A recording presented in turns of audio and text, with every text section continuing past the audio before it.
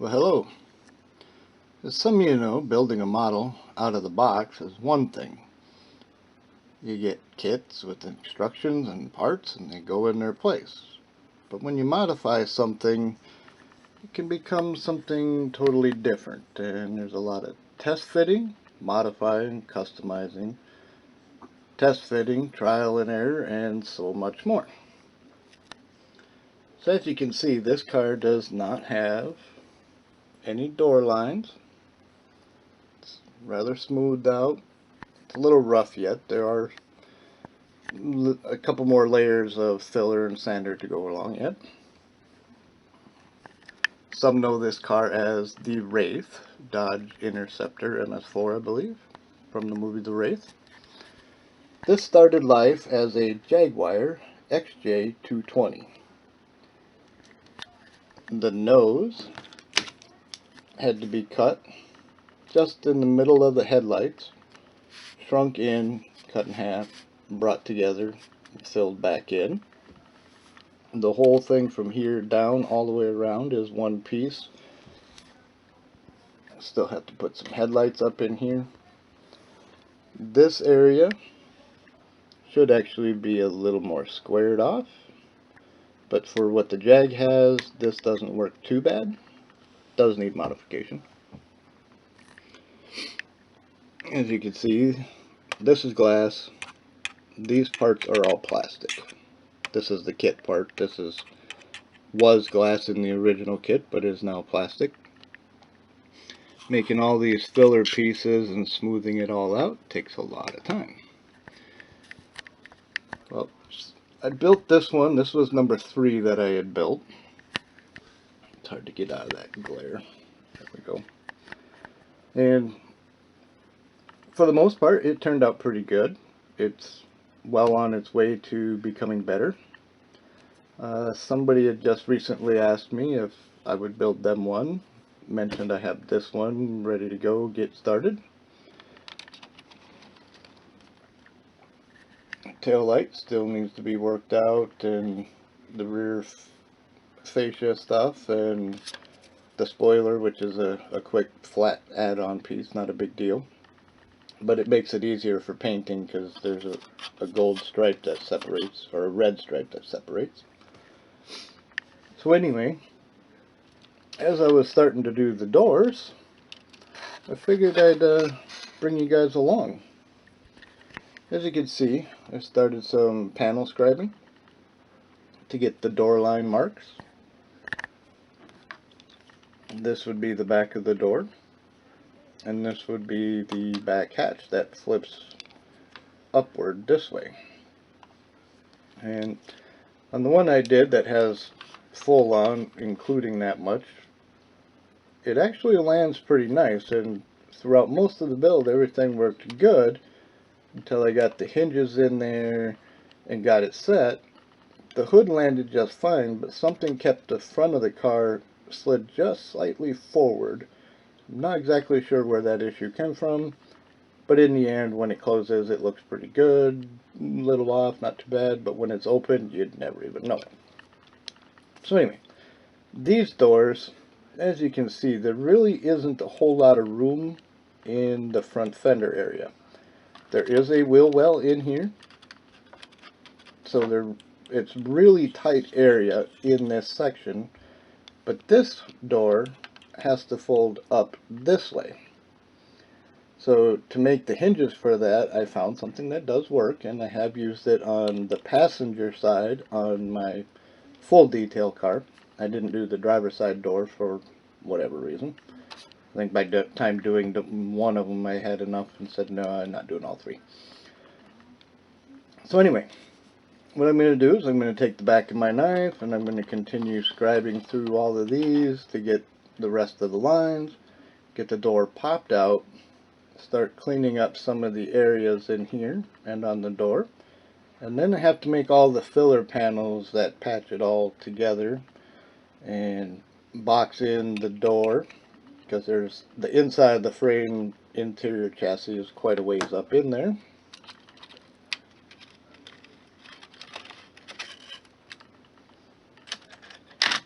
As you can see, the body would sit way out here.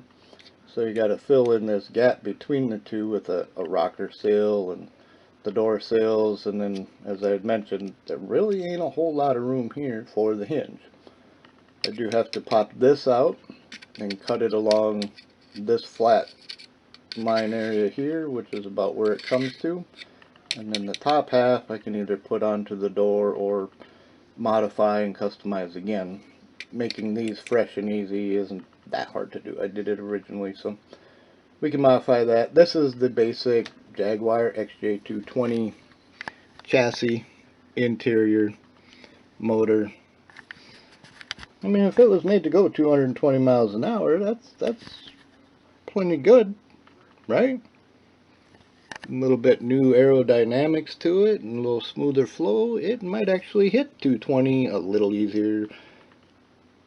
Debatable.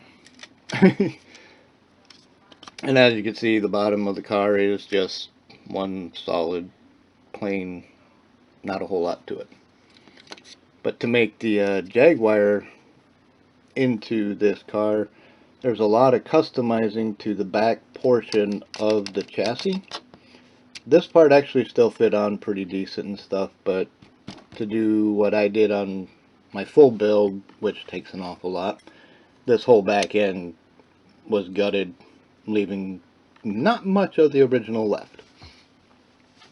So anyway, I am going to take my knife. I'm going to cut some more of that stuff, and I'll probably be back once the door is open, and we'll talk some more about what's to come from there. Till then, thank you.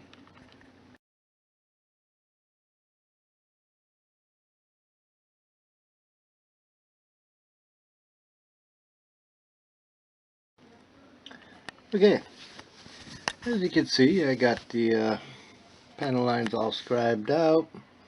I believe I have it 95% cut. There's a little bit left down in the very bottom holding it together. Figured I'd show you the final moments here.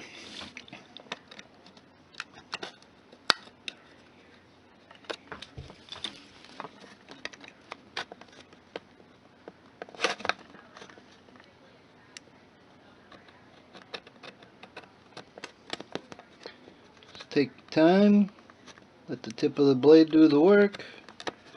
Keep it slow and steady. And once you get to where you can feel it pop through, you can use your finger and the blade and just kind of walk it. Let it cut.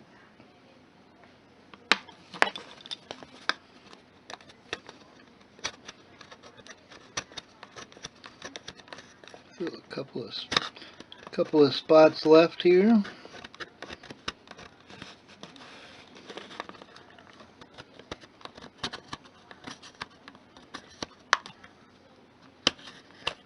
And there we go. We have a door popped out.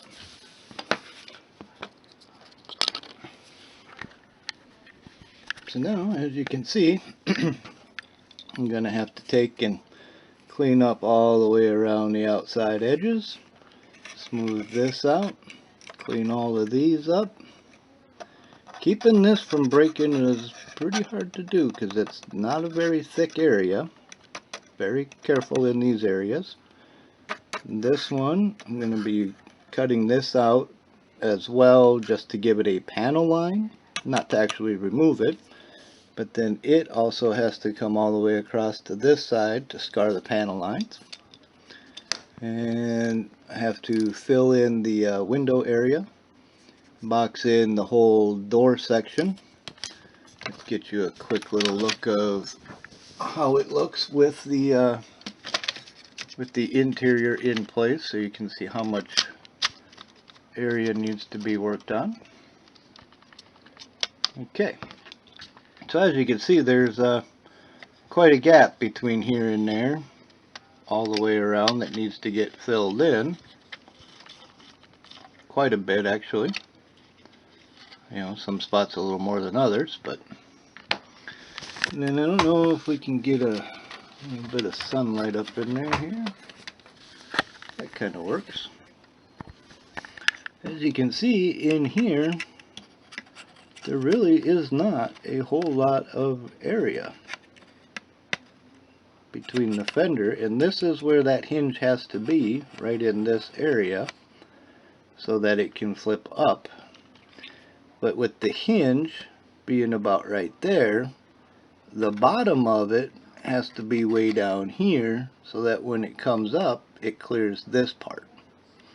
So basically you find center of the pivot, the height has to be the exact same of the opening between there with the hinge under it so that it actually clears that.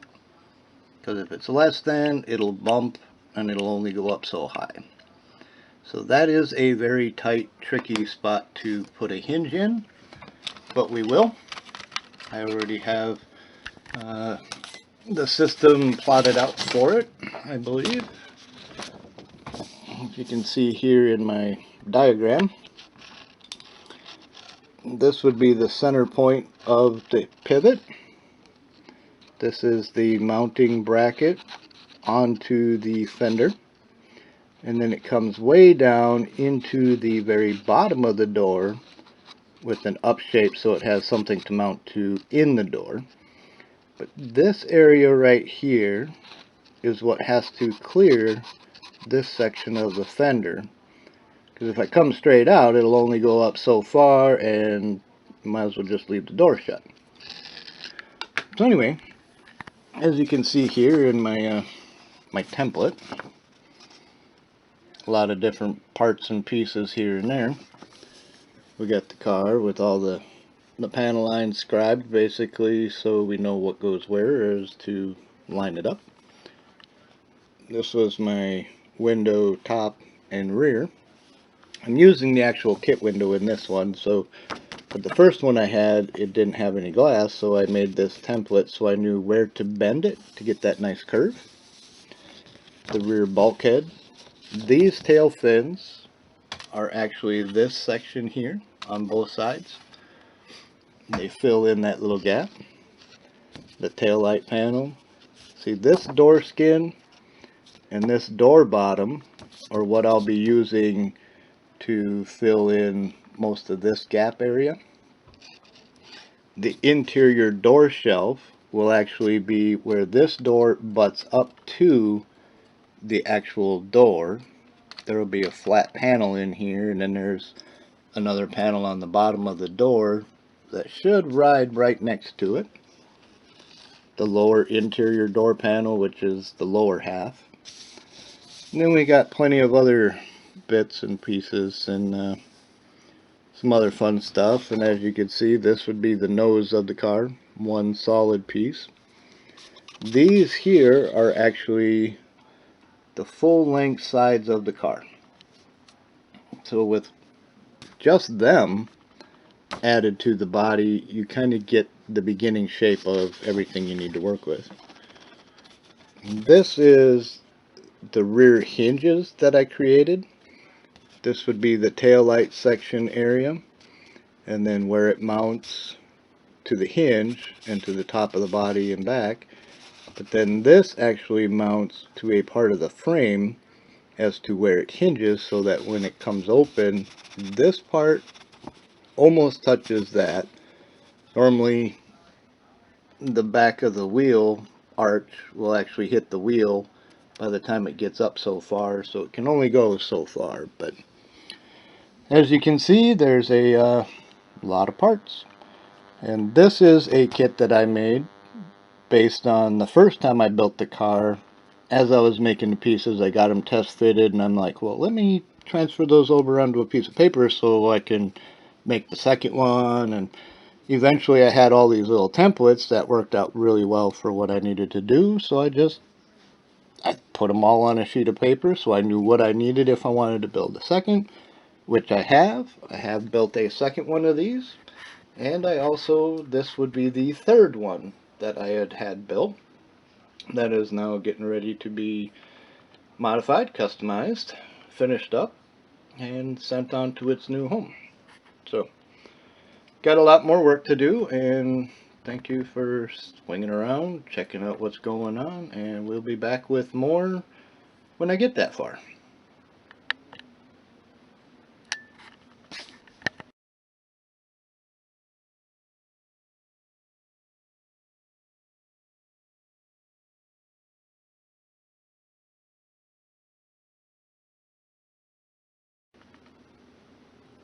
Alright, quick little update on where I'm at with the Wraith so far. I got a few new pieces finished up. I got this little door jamb piece here that I gotta put in down underneath in here.